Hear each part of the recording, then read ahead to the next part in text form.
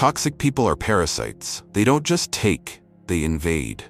They worm their way into your life under the guise of friendship, family, or love. And before you even realize it, they are feeding on your patience, your kindness, and your energy. They don't respect you, they don't value you, and they sure as hell don't care about your well-being. Yet somehow, you find yourself explaining, defending, excusing, and forgiving, as if their lack of respect is your fault. It's not. They thrive on your hesitation, your doubt, and your need to see the best in people. And that stops today. You don't fight toxic people with anger. You don't sink to their level. You outmaneuver them with intelligence, discipline, and detachment. That's what Stoicism teaches us. Control your emotions, master your reactions, and let them destroy themselves in the chaos they create. Because the worst thing you can do to a toxic person? Ignore them. Stay calm. Show them their words, their games, their manipulation mean absolutely nothing to you. Do they want control? Take it away. Do they want a reaction? Don't give them one. Do they want to drain you? Starve them of your energy. This is not about playing nice. This is not about seeking closure. This is about taking your power back. Today, we're going to expose the tactics of toxic people and arm you with 12 lethal Stoic strategies to neutralize their influence, protect your peace, and walk away stronger than ever. Like, subscribe, and share this video because you know someone who needs to hear this. And if you're ready to stop being someone's emotional supply, comment below. I refuse to be controlled. Let's begin. Number 1, stop trying to change them. Accept the truth. You are not a therapist. You are not a life coach. And you are certainly not running a rehabilitation center for toxic individuals. But somehow, you've convinced yourself that if you just love them enough, explain things better, or show them kindness, they'll change. That's cute. That's also a one-way ticket to mental exhaustion. Here's the ugly truth. People do not change unless they want to. And toxic people? They don't want to change. They thrive in the chaos they create. They feed off the power they hold over others. They manipulate, they gaslight, they play the victim. But they do not self-reflect. They do not evolve. Because for them, change means accountability. And accountability is their worst nightmare. Picture this.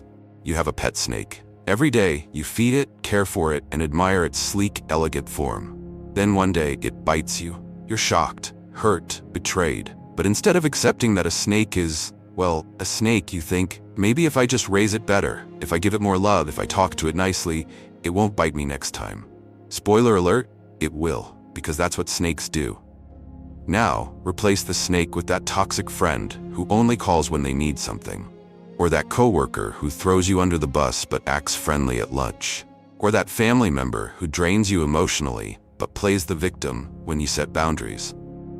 These people are showing you who they are over and over again. But instead of accepting the truth, you keep hoping for a different outcome. Let's be clear. Accepting that someone is toxic does not mean you hate them. It simply means you stop deluding yourself. Marcus Aurelius, the great Stoic emperor, said, "The happiness of your life depends upon the quality of your thoughts." If your thoughts are constantly wrapped around changing a toxic person, then congratulations, you have handed them the keys to your peace of mind. So what do you do instead? You accept reality. You stop justifying their behavior. You stop making excuses for them. And most importantly, you stop believing that their transformation is your responsibility. Imagine the freedom in that. Imagine no longer feeling obligated to fix someone who doesn't even want to be fixed. Instead of wasting your energy trying to convince them to be better, you use that energy to become stronger, wiser, and untouchable. Toxic people don't need another chance. They don't need a heartfelt conversation. They need distance. And that's exactly what you're going to give them. Next time they pull the same manipulative stunt, don't react, don't explain. Just remind yourself, a snake will always be a snake. Then walk away. Number 2, learn to respond with silence. Toxic people thrive on drama, reaction, and control. They don't just want to get under your skin. They want to rent space in your mind, throw a party, and leave you to clean up the mess. The moment you react, whether it's anger, frustration, or even defending yourself, you've given them exactly what they crave: power over you. Now imagine this. You're in a restaurant, enjoying a meal, when a toddler at the next table throws a tantrum. screaming, kicking, throwing food. The parents try reasoning, then begging, then finally bribing. But the more attention the kid gets, the louder they scream.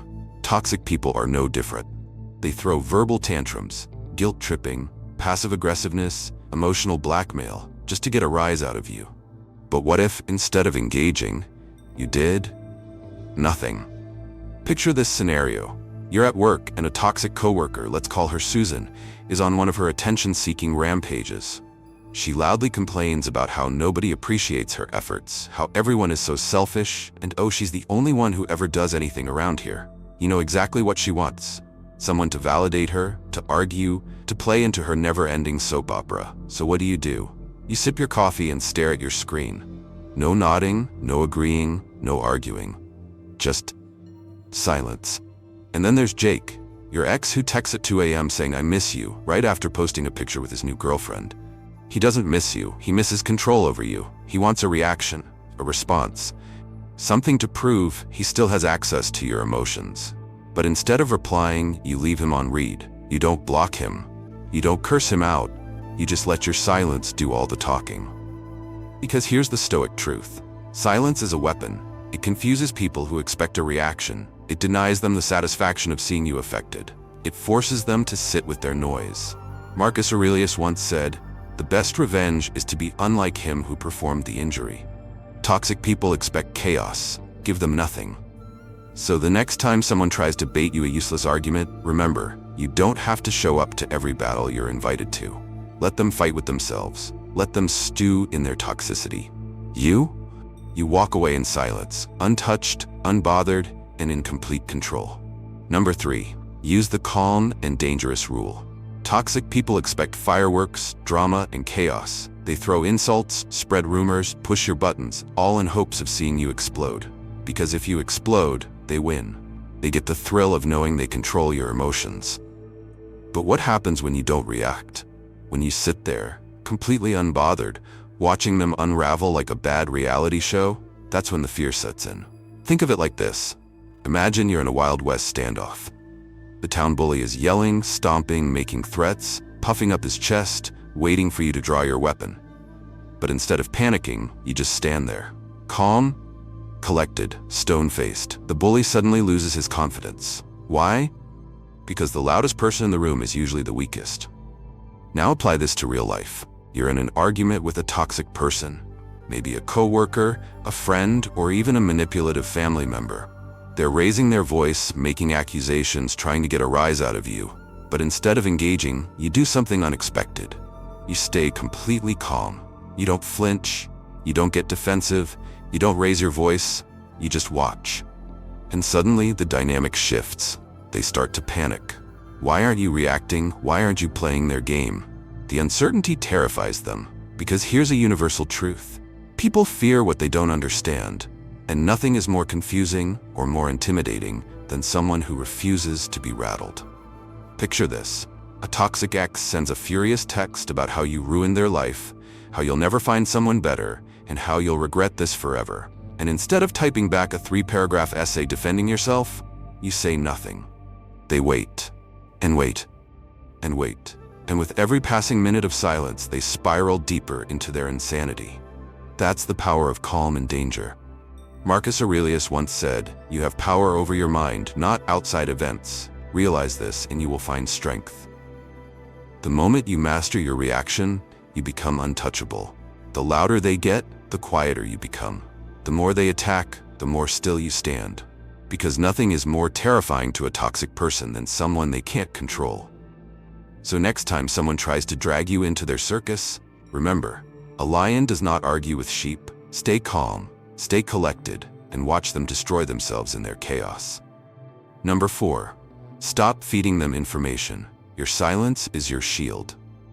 Toxic people are notorious spies. They don't care about your well-being, your dreams, or your opinions. They care about what they can use against you.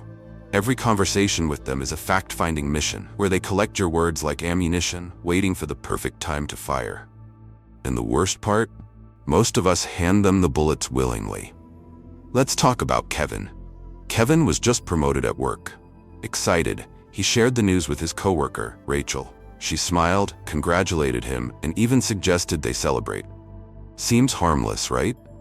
But what Kevin didn't know was that Rachel had been gunning for the same position. And while she acted supportive, she was already spinning a new story, whispering in the boss's ear about how Kevin probably isn't ready, how he struggled in that last project, how he just got lucky. Within a month, Kevin's reputation was in shambles. Not because of his mistakes, but because he trusted the wrong person. And then there's Jessica, who finally found the courage to leave her manipulative ex. Feeling relieved, she confided in a mutual friend, Emma. She told Emma about her plans to move out, about the new job she was considering, and about the fresh start she was ready to embrace. And what did Emma do? She ran straight to the ex, telling him everything. Days later, Jessica's plans mysteriously unraveled. Her ex suddenly changed, started apologizing, started making grand gestures, because now he knew exactly what to say to pull her back in. Here's the Stoic truth. They can't manipulate what they don't know. If you want to protect yourself from toxic people, stop narrating your life to them. Stop telling them about your next move, your struggles, your achievements, your dreams. Starve them of information. Because when they don't know where you stand, they don't know where to attack. Epictetus once said, "Keep your affairs to yourself, and your troubles will be fewer." So next time someone with a questionable track record asks, "What's new with you?" Try this. Not much. Just the usual. Same old, same old. Because the less they know, the more power you keep. Number 5. Hit them with Stoic one-liners. The art of confusing toxic people. Toxic people thrive on chaos, drama, and emotional outbursts. They poke, prod, and push every button you have, waiting for you to explode so they can play the victim or bask in the satisfaction of getting under your skin. But what if, instead of reacting, you stoic them into oblivion? Think of it like this. You're in a heated debate with someone who lives for conflict. They expect you to yell, defend, and argue. But instead of engaging, you serve them a cold, emotionless, stoic one-liner. Now they don't know whether to be offended, confused, or deeply unsettled. Let's look at some classic toxic scenarios and how to shut them down with pure stoic finesse. Scenario 1. The passive-aggressive attack. Your toxic coworker Susan drops one of her signature lines. "Wow, must be nice to get that promotion. I guess they don't care about experience anymore." Old you. "What's your problem, Susan? Why can't you just be happy for me?" Stoic, "Thank you for your perspective," then walk away. What just happened? Susan expected a fight. Instead, you treated her insult like an opinion on weather patterns. Now she's standing there, marinating in her awkwardness. Scenario 2. The blame game. Your toxic family member, Aunt Carol, corners you at a gathering. "If you cared about this family, you'd visit more often." Old you. "I work full-time. I have responsibilities. I can't drop everything just to come here every weekend." Stoic you. "Every person sees things from their point of view." Then sip your drink like a wise philosopher. What just happened? Carol just got hit with a philosophical truth bomb. Instead of defending yourself, you've reminded her that her opinions are not facts. Now she's left staring into the void, questioning her entire worldview. Scenario 3. The manipulation move. Your toxic ex texts you, "I know we had problems, but no one will ever love you like I did." Old you. "Are you serious? You treated me terribly. You don't get to say this now." Stoic you. "I respect your opinion, but I disagree." Then block. What just happened? You didn't argue. You didn't validate their ego. You acknowledged their nonsense, dismissed it, and moved on. Now they're pacing in their room, frustrated that they have no control over your emotions anymore. Why this works? Marcus Aurelius said, "Reject your sense of innate and the injury itself disappears." Toxic people want to make you feel wounded, defensive, and reactive. But when you respond with calm, calculated detachment, they're left grappling with their pettiness. So next time someone tries to rattle you, bait you, or manipulate you, hit them with a stoic one-liner. Let them drown in their confusion while you walk away, completely unshaken, untouchable, and just a little bit smug. Number 6.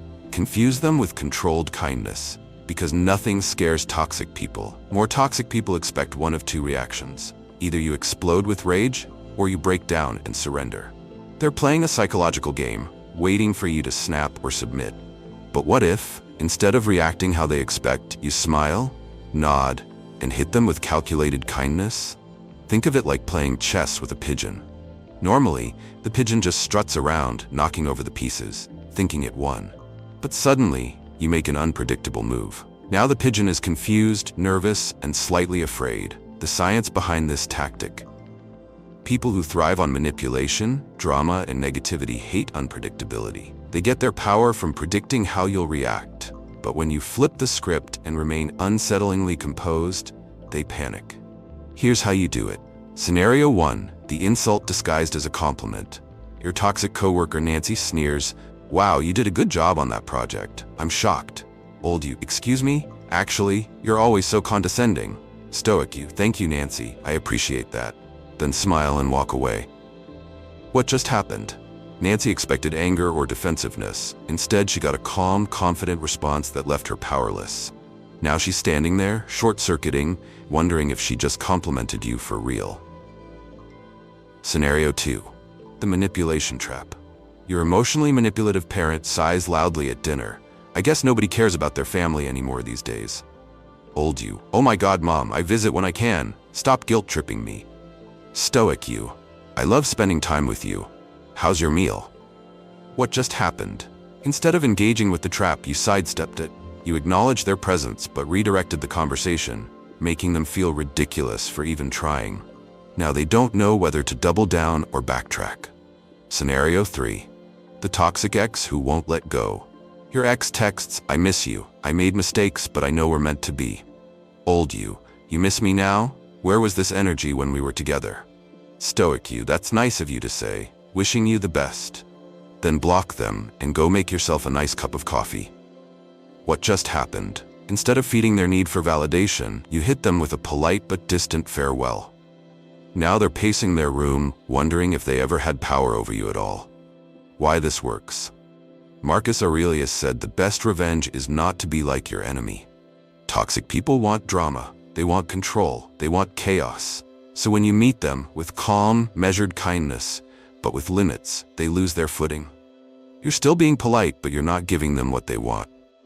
And nothing terrifies a toxic person more than a target they can't manipulate. So next time someone tries to pull you into their mess, respond with just enough kindness to confuse them and just enough distance to remind them that they have no control over you. Number 7. Stay away from meaningless conversations. Your energy is not free.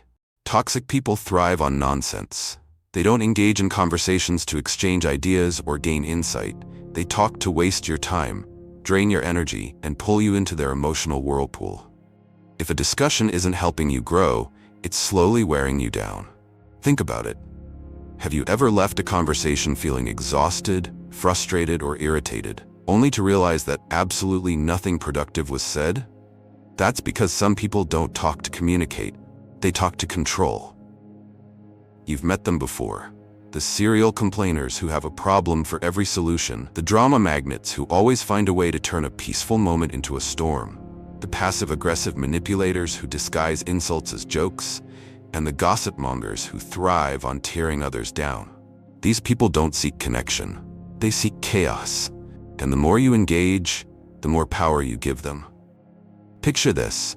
Your coworker Dave corners you at the coffee machine and launches into his daily rant about how terrible the company is, how unfair life is, and how nothing ever goes his way. You listen, nod sympathetically, and soon find yourself trapped in a black hole of negativity, absorbing every ounce of his frustration. But what if, instead of playing therapist, you simply said, "Sounds like you have a lot on your mind. Have you considered bringing this up with management?" Then, without waiting for a response, you walk away. Suddenly, the game changes. Dave doesn't get the validation he craves, and you reclaim your mental space. Or imagine you're at a family gathering, and your cousin Lisa throws a passive-aggressive jab your way. "Oh, you're too busy for family now? I guess some of us just don't matter anymore." The old you would have taken the bait, defending yourself, explaining your packed schedule, trying to prove your loyalty. The new you simply smiles and replies, "Good to see you too, Lisa. How have you been?"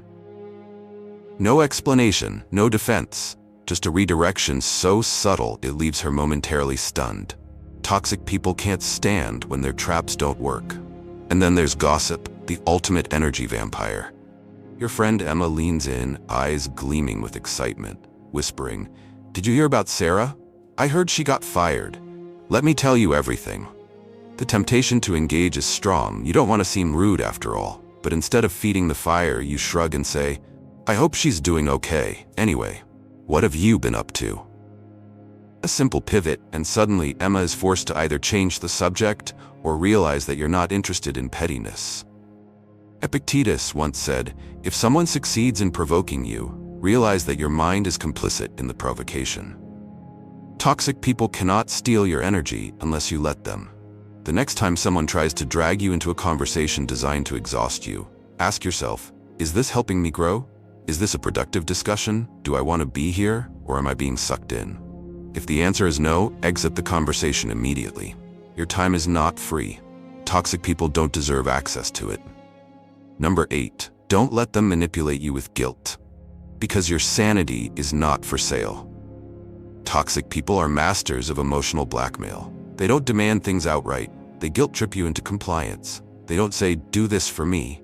Instead, they say, "If you truly cared about me, you would." It's subtle, insidious, and dangerously effective because no one wants to be seen as selfish or unkind. But here's the harsh truth. If someone's affection or respect is conditional on you sacrificing your well-being, it's not real affection or respect. Imagine this. Your friend Mark calls you up, desperate for a favor. He's a chronic user, always taking, never giving. This time he wants you to lend him money, again. You hesitate, knowing he never pays you back. He sighs dramatically. "I guess I'll just have to figure this out on my own. But I thought you were someone I could count on." Suddenly, you feel guilty. What kind of friend refuses to help? But then you remember, friendship is not a one-way street. So instead of caving, you calmly say, "I do care about you, Mark, but I also care about financial responsibility." Now the guilt boomerangs back to where it belongs, on him. Or maybe it's your coworker, Sarah, who always dumps her tasks on you. You've been staying late covering for her incompetence for months. When you finally refuse, she looks at you with wide, wounded eyes and whispers, "I thought we were a team." The implication is clear. Good teammates don't say no. But a good teammate also doesn't exploit others. So you take a deep breath and say, "We are a team, Sarah, but teams work both ways. I trust you can handle your responsibilities." The manipulation attempt crumbles. Even worse, it might be family. Your mother calls you, demanding you cancel your plans to help with something that she could easily do herself. When you politely decline, she sighs, "I guess family doesn't matter anymore." That old, familiar guilt creeps in. But then you remind yourself that love is not control. And so you respond, "I love our family, but I also value my boundaries." You set your limit without escalating the drama. Marcus Aurelius once said, "Just that you do the right thing. The rest doesn't matter." You are not responsible for how others react to your boundaries. Their disappointment is not your failure. Their guilt trips are not your burden. The moment you stop allowing guilt to control you, you take back your power. So the next time someone says, "If you truly cared about me, you would," pause and remind yourself. If they truly cared about you, they wouldn't be asking you to betray yourself. Number 9, never argue with a fool, because you'll lose either way. Toxic people thrive on arguments, not logical discussions, not intellectual debates, just endless, energy-draining, brain-melting arguments where facts don't matter, reason is ignored, and the goal is never resolution, but control.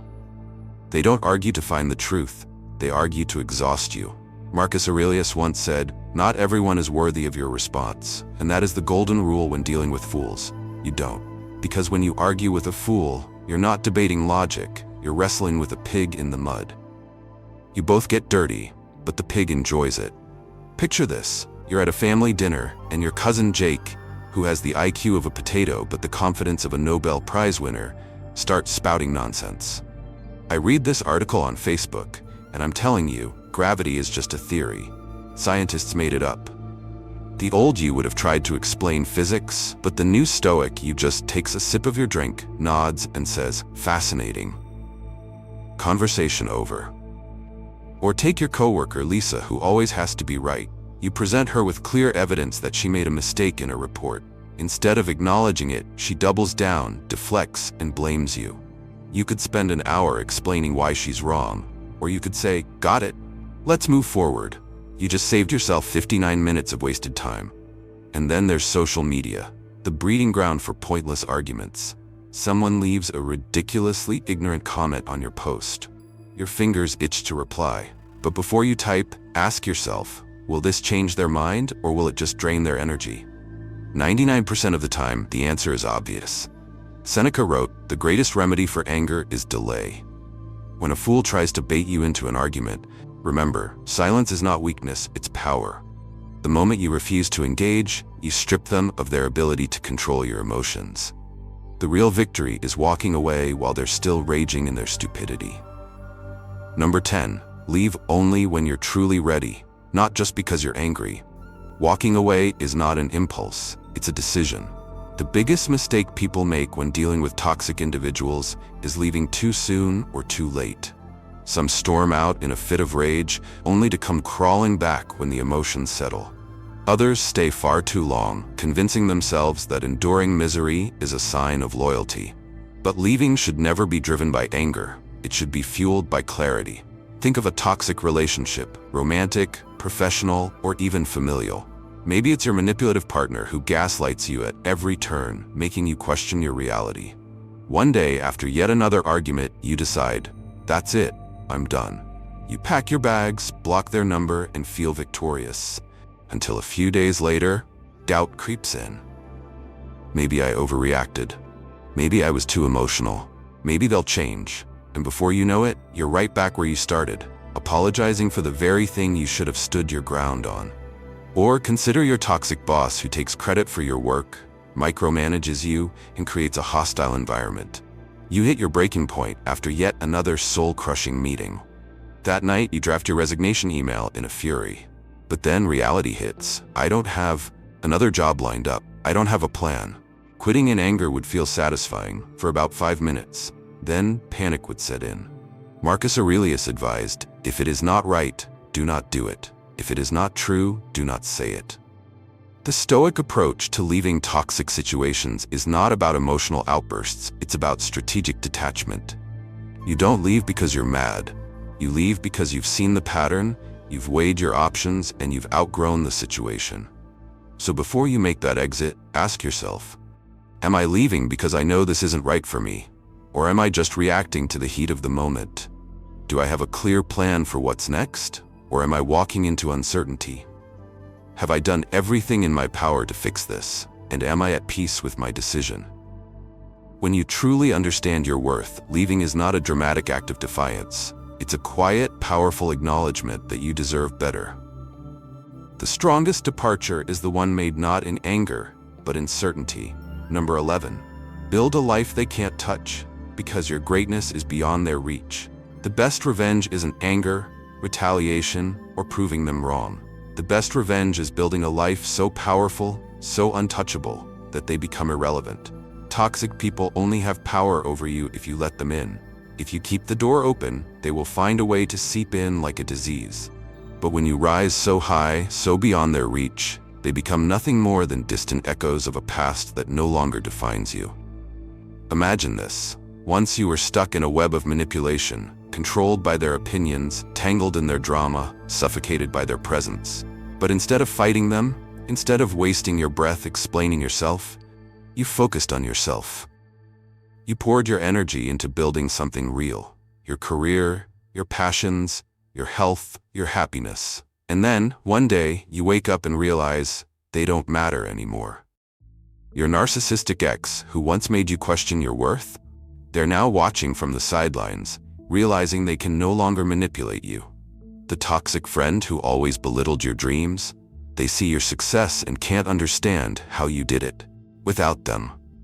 The family member who drained you emotionally, they're stuck in their old ways while you've moved forward, untouched, thriving. Marcus Aurelius said, the best revenge is not to be like your enemy. Your best response to their toxicity is to create a life so radiant, so filled with purpose, that their opinions, actions, and existence no longer hold any weight in your world. When you stop engaging, when you remove them from your mind, they cease to exist in your reality. So focus on what makes you strong. Create boundaries so solid that their words bounce off like arrows against armor.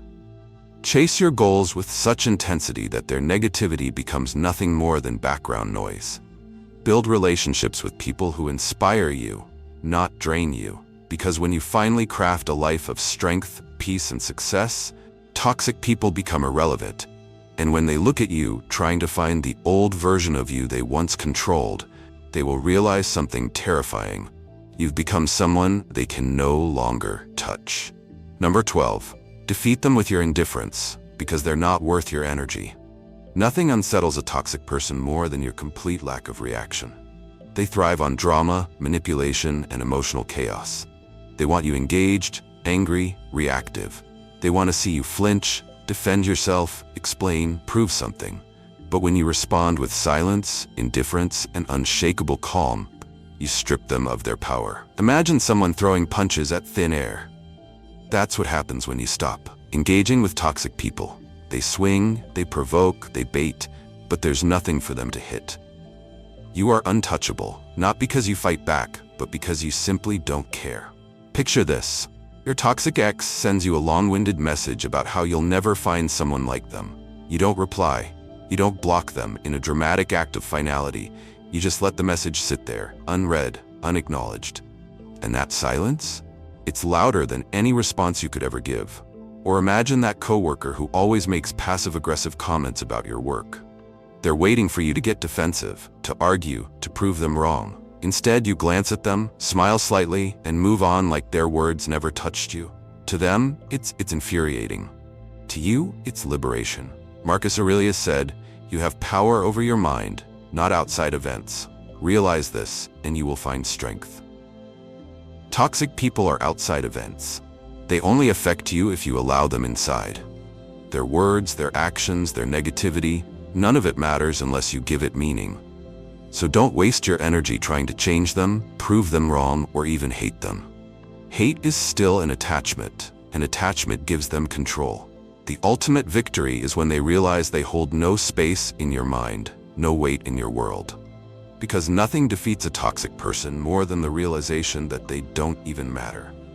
Conclusion: the final victory over toxic people. The truth is simple. Toxic people only have power over you if you let them.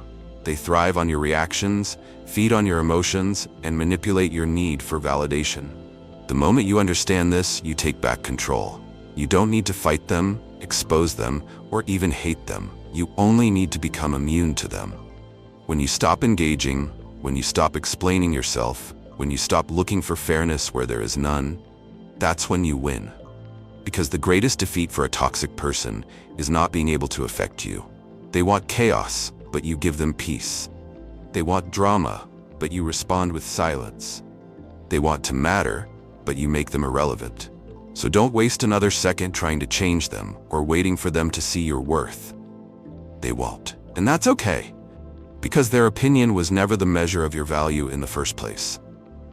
Your strength comes from knowing who you are and what you stand for, and refusing to let anyone disrupt your peace. Now, it's your turn to take action.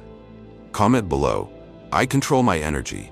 Like, share, and subscribe to Victory Stoic for more lessons on resilience, wisdom, and mastering the art of indifference. Because you were never meant to be a victim of toxic people. You were meant to rise above them.